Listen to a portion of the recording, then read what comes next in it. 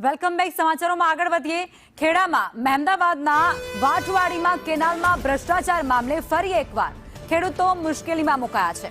સંદેશ ન્યૂઝના અહેવાલ બાદ ભ્રષ્ટાચારગ્રસ્ત આ કેનાલ તોડી પાડવામાં આવી અને નવી બનાવવાની કામગીરી પણ શરૂ તો કરી દેવાઈ હતી, પરંતુ હવે કોન્ટ્રાક્ટર છેલ્લા 10 દિવસથી સિમેન્ટ સહિતના સામાન સાથે ગાયબ થઈ જતાની સાથે જ આખું કામ અત્યારે બંધ થઈ ગયું છે, ઠપ છે। ચોમાસું નજીક હોવાને કારણે ખેડૂતોમાં સિંચાઈ માટે પાણી નહીં મળવાની ચિંતા પણ વધી છે। 2.76 કરોડના ખર્ચે 4 કિલોમીટર લાંબી કેનાલ નવેસરથી બનાવવાની હતી, પરંતુ હાલ આ કામગીરી આખી જ અટવાઈ ગઈ છે અને આ કામગીરી અટવાતા ખેડૂતોમાં રોષ પણ ભારોભાર વ્યાપી ગયો છે।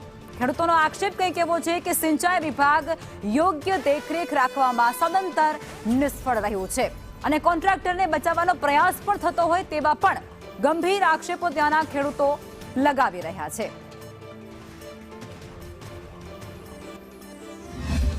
આ કામગીરીની હજુ માગણી કરે હજુ આવેલા અને અહીંનો જે માલ મટીરિયલ અને જે હતો એ કોન્ટ્રાક્ટર અહીં લઈને ગતો રહ્યો છે। હવે અમારે ખેડૂતોને આ ખેતીનો સમય આ વરસાદ પડવાનો સમય આવી ગયો છે, હજુ આ કામગીરી ભ્રષ્ટાચારના લઈને હજુ આ કામગીરી ચાલુ થઈ રહી નથી। શું માગણી કરો? હવે અમારે તો એવી છે કે ફરી આ રિપેરિંગ થાય તો અમારા વરસાદના કારણે અમારા આ કામગીરી આ પાણી મળે તો જ અમારા નવી સિઝન ચાલુ થાય, બાકી કોઈ આ થાય પોઝિશન છે જ નહીં।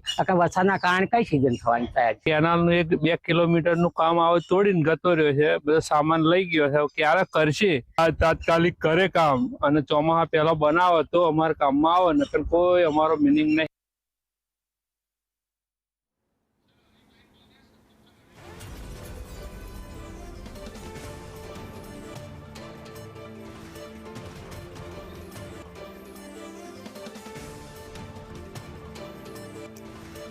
અને આજ મુદ્દે સંવાદદાતા સંદીપ અમારી સાથે જોડાયા છે, તેમની પાસેથી વધુ વિગતો મેળવીશું।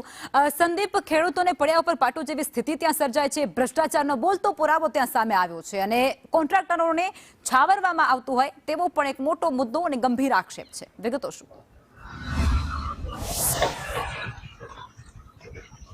ચોક્કસ લખમાં વાત કરવામાં આવે તો સંદેશ ન્યૂઝના અહેવાલ બાદ જ ભ્રષ્ટાચારની કેનાલ પર દાદાનું બોલડોઝર ચાલ્યું હતું।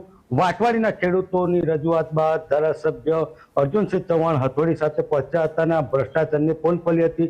સમગ્ર અહેવાલ બાદ તંત્ર જાગ્યું, કેનાલ તોડી નવી બનાવવાની વાત કરવામાં આવી, પરંતુ ચોક્કસથી આ નવી બનાવતા પહેલા જ કોન્ટ્રાક્ટર 10 દિવસ પહેલા જ સિમેન્ટ સહિતનો જે માલ સામાન છે તે લઈ અને ત્યાંથી ગાયબ થઈ ચૂક્યો છે। ખેડૂતો દ્વારા જે ચોમાસા પહેલા આ કેનાલનું કામ પૂર્ણ થાય તે જરૂરી હતું, કારણ કે ખેડૂતો દ્વારા અહીંયા જે ધરુવાડિયા ચોમાસામાં કરવામાં આવતા હોય છે, ખાસ કરીને ખેતી કરતા પહેલા, કારણ કે જે રો મટીરિયલ છે ખેતીનું તે તૈયાર કરવામાં આવતું છે, ત્યારબાદ જ તે રોપણી વરસાદ દરમિયાન કરવામાં આવતી હોય છે, પરંતુ આ માટે સિંચાઈનું પાણી આ કેનાલ મારફતે તેમને જરૂરિયાત હતું, પરંતુ આ જ સમયે કોન્ટ્રાક્ટરે કામ પૂરું કરવાને બદલે ત્યાંથી ગાયબ થઈ ગયો હતો। સિંચાઈ વિભાગના જે અધિકારીઓ છે તે પણ મોનિટરિંગ કરવા જતા હોય તેવું બતાવતા હોય છે, પરંતુ છેલ્લા 10 દિવસથી તેઓ પણ અહીં ફરક્યા ન હતા અને તેના જ કારણે આ કોન્ટ્રાક્ટર આ જગ્યા છોડીને ચાલ્યો ગયો છે, કારણ કે કરોડોના ખર્ચે, એટલે કે 2.76 કરોડ રૂપિયાના ખર્ચે આ કેનાલનું નિર્માણ કરવામાં આવ્યું હતું, પરંતુ હલકી ગુણવત્તાનું કામ પકડાઈ જતા ચોક્કસથી તેને નવી બનાવવાની હતી। દાદાનું બુલડોઝર તો ચાલ્યું, પરંતુ કેનાલ જે નવી બનાવવાની હતી તેનું કામ ફરીથી લટકી જતા હવે ખેડૂતો ઉપર પડતાની પાટું જેવી પરિસ્થિતિ ઉત્પન્ન થઈ છે। જી બિલકુલ, આપ જોડાયા તે બદલ આપનો આભાર।